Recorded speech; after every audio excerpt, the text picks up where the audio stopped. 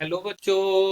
हमारा प्रश्न दिया हुआ है, विद्युत अपघटन प्रक्रिया के दौरान एल्यूमीना में क्रायोलाइट मिलाते हैं क्यों।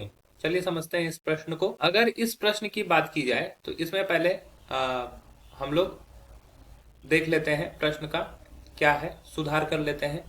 इस प्रश्न की मुख्य अवधारणा की बात करते हैं। मुख्य अवधारणा में हमें सीखना होगा क्या, एल्युमिनियम का निष्कर्षण। ठीक है, एल्यूमिनियम का निष्कर्षण। ठीक है, एल्युमिनियम का निष्कर्षण। तो एल्युमिनियम का निष्कर्षण किसके द्वारा किया जाता है, एल्यूमिना के द्वारा। एल्यूमिना का विद्युत अपघटन किया जाता है। ठीक है, एल्यूमिना। एल्यूमिना किसको बोलते हैं, Al2O3। Al2O3। तो Al2O3 का जब विद्युत अपघटन कराया जाता है तो क्या होगा, यहाँ पे विद्युत धारा जब प्रवाहित की जाएगी, विद्युत धारा प्रवाहित की जाएगी, तो ये क्या होगा कि यहाँ पर एल्युमिनियम इस तरह से टूटेगा और यहाँ पे ऑक्सीजन इस प्रकार से टूटेगा।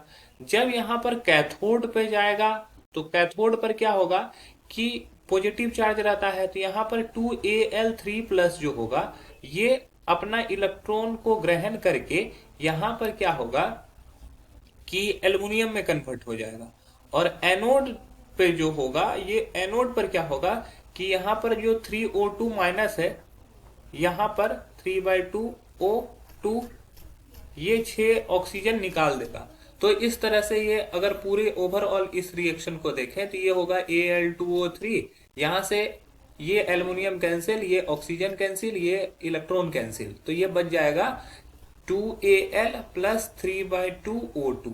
ठीक है, यही बनता है। लेकिन इसमें ये अभिक्रिया तब संपन्न होगी जब इसमें क्रायोलाइट मिलाया जाएगा। अब प्रश्न ये होता है कि क्रायोलाइट क्यों मिलाया जाएगा, क्योंकि Al2O3 जो होता है उसका गलनांक काफी उच्च होता है। इसका गलनांक जो होता है वो 2050 डिग्री सेंटीग्रेड लगभग होता है। ठीक है, तो इतना गलनांक, और यहाँ पे जो एनोड के रूप में यूज किया जाता है ये ग्रेफाइट को यूज किया जाता है। ठीक है, ग्रेफाइट को यूज किया जाता है। तो अगर हम लोग इतना गलनांक है और इतना टेम्परेचर पर ले जाएंगे तो ग्रेफाइट ही पहले जल जाएगा।